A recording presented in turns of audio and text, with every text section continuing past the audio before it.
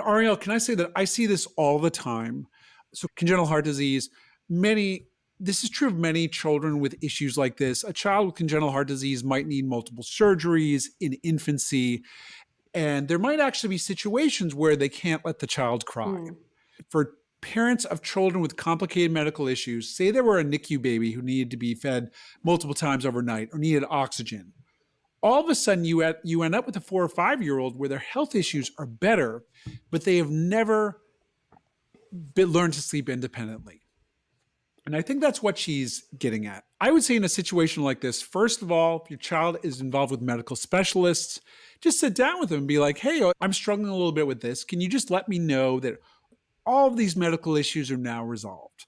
And if that is the case, I think sometimes this is a situation where working with a consultant, a sleep physician, or even a psychologist, if this kid is a little bit older, like a 6 year old, because there is very likely this child, and it sounds like this mom has some unresolved anxiety for good reason.